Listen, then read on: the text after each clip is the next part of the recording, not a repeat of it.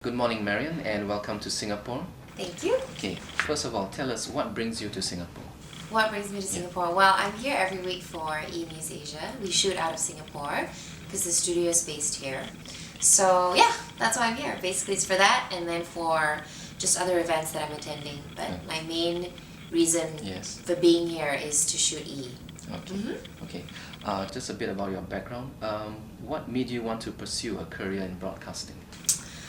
I'm so old now. I have to rewind back to school. I graduated from high school and I was thinking of, okay, what should I do? I knew I was going to go to university. It's a priority in my family. Education is extremely important. But it was more a matter of what degree should I pursue.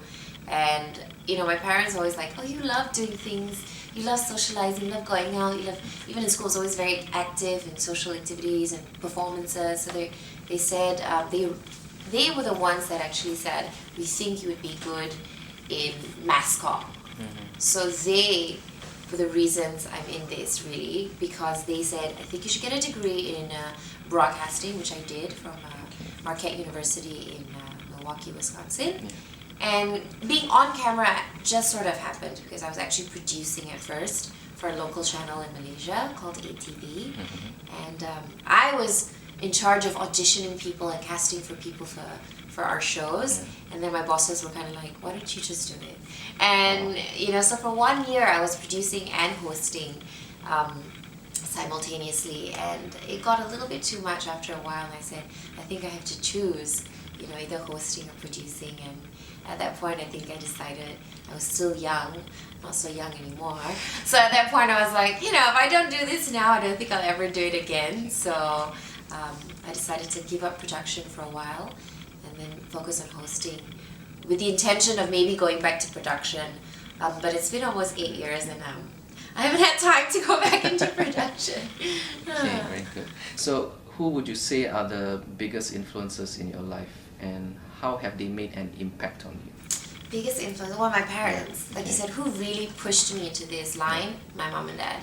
I think, who knows you better but your parents? And they knew what I was capable of, my potential. I hated studying, so they knew I would not be able to sit down and study for years to be a doctor or anything like that. Thank you, Mom and Dad. I think my parents, I love them to death. My late dad and my mom. My husband's amazing.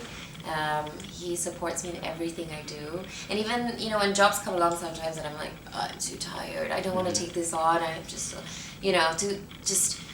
I need my rest. And he's like, no, you must do it. I mean, this is your chance before you're too old and you really, really want to settle down. So my husband, my family, in the broadcasting industry, very cliche, I know all hosts say this, but Oprah Winfrey, she's truly inspirational. She is one of the most powerful, if not powerful, women in the world. And she started off as a broadcast journalist. She not just hosts a show, but she influences people and changes people's lives. So this woman, I think she has pure intentions. No matter what people have to say about her, I think her intentions are very pure. Ryan Seacrest. All right. Love him. Because again, he's not just a host, but he's gone on to do so many more things. And that he's one of those that are thinking about the bigger picture and constantly thinking about the future. So love him. Love him. Very good. So what do you love the most about what you do for a living? It's fun, I'm so spoiled. I don't think I'll ever be able to go back to a 9-to-5 job anymore because you really are in control of your schedule and you're able to, basically it's up to you if you want to take on more jobs or take less jobs, and that will determine your schedule for the week, for the month, for the year. I get to travel, the places I've been. I love to travel for fun as well, but I would say 60% of the places I've been to have been for work. So that's an opportunity a lot of people don't get, So, and then I get to meet stars and, it's so much fun. It's so much fun. It's tiring though. It's tiring. Physically it's draining, but it's fun. Yeah. Okay. Of all the TV shows you've hosted so far, which is the one you've had the most fun doing? I I have fun in all the shows. I can never pick one, and they're all fun and challenging for different reasons. E, which was what my main job is right now, is amazing because I've got like first year into E. A few months into joining E, they flew me to New York to meet Sarah Jessica Parker for Sex and the City. Fashion, I love fashion. That's my other passion. So to meet her is like, oh my gosh, kill me now, you know. And she was lovely. To top everything off, I was a fan to begin with, and after meeting her, I left the interview a bigger fan because she was so nice and so genuine. She's a big inspiration to you. I mean, she's a big inspiration to me, and I think to everyone, because she's just such a successful star. She's known throughout the world because of Sex and the City. Yet, when I sat down with her, I felt the warmth, and I felt that she took her time with every question I had for her. I meet a lot of stars. I've met and interviewed a lot of quite big stars, and some are just, you know that they're just doing it, and it really saddens me because I fly all the way around the world just to see you. I'm doing a job, and I'm a fan. You know, you can take the time, these 15 minutes you have with me, to just really try and be nice at least. So it really saddens me when I see stars like that. But then when I meet people like Sarah Jessica Parker, you know, it just makes my job worthwhile. So yeah, E's fun. I just did Biggest Loser Asia. I just wrapped last year, the finale in December. And that was such an amazing show to be on. Because it was one of the first shows, after so many years of hosting so many types of shows, that I felt truly proud and honored to be part of, because, you know, I felt I was a part of a team that was really changing people's lives for the better. And there's no feeling like it. And I just got an email from one of the contestants from Biggest Loser last night on Facebook. He's like, Marion, how are you doing? I'm going to email him back today and say, I hope you've lost the weight, you know, because they promised me, yeah, we're going to continue losing the weight. And you get really sort of interested in their lives, and you really, really, really want to see them change. So every show I've worked on have had their different challenges and moments of fun, yeah. Okay. So will you be doing the next season of Biggest Loser Asia? I don't know yet. They haven't approached me yet. Don't know when it's coming back yet, because I know they've got other shows. The production team are focusing on a lot of other shows that they're working on. But as and when it does come back, and if they do approach me, again, I don't know, like it's hard to say my scheduling and everything. And, so we'll see, but if all goes well, I would love to be part of the show again, yeah. So what are some of the new projects that you will be involved in? Can you tell us what we should look out for? Actually now, this year, I'm taking it easy for a while. Last year was a crazy year for me because I had E, Biggest Loser, and I got married in December. So I'm just focusing on being married for now and E. And well, my main other focus is going to be a fashion line that my husband has started in the US. It's called In at Minus, and we launched late last year, just before I got married. And it's been getting a bit of attention in LA, especially, in a lot of the local celebrities. Matthew Morrison and stuff have attended the launch and have been wearing their clothes. We've been getting a lot of good PR with the line. And so this year, I'm going to really start helping with the women's line. Creatively, the creativity part, because I'm really, really, really, really, really interested in fashion.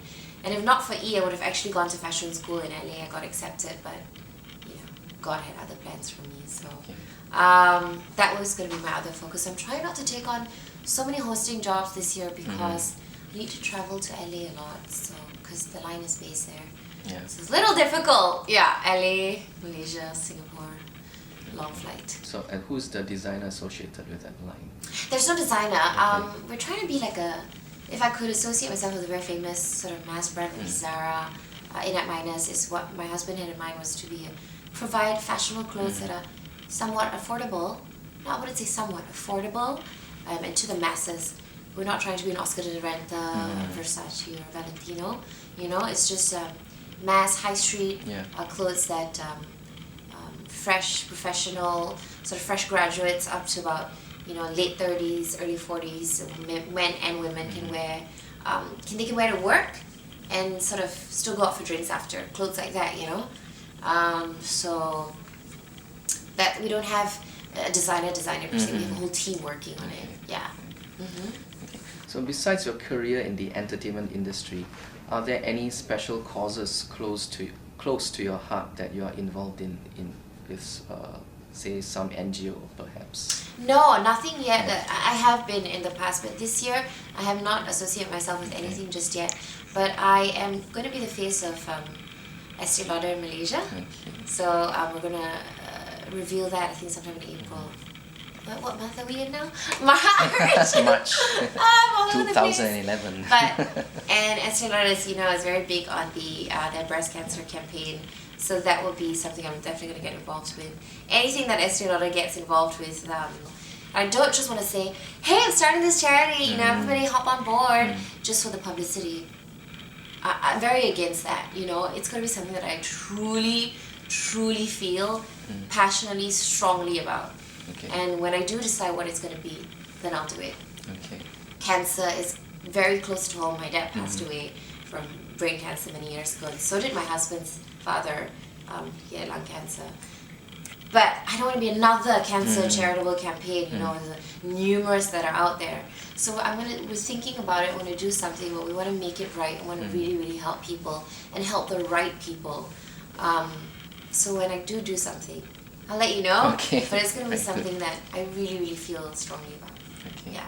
So what is the one dream that you have that you want to make real the most?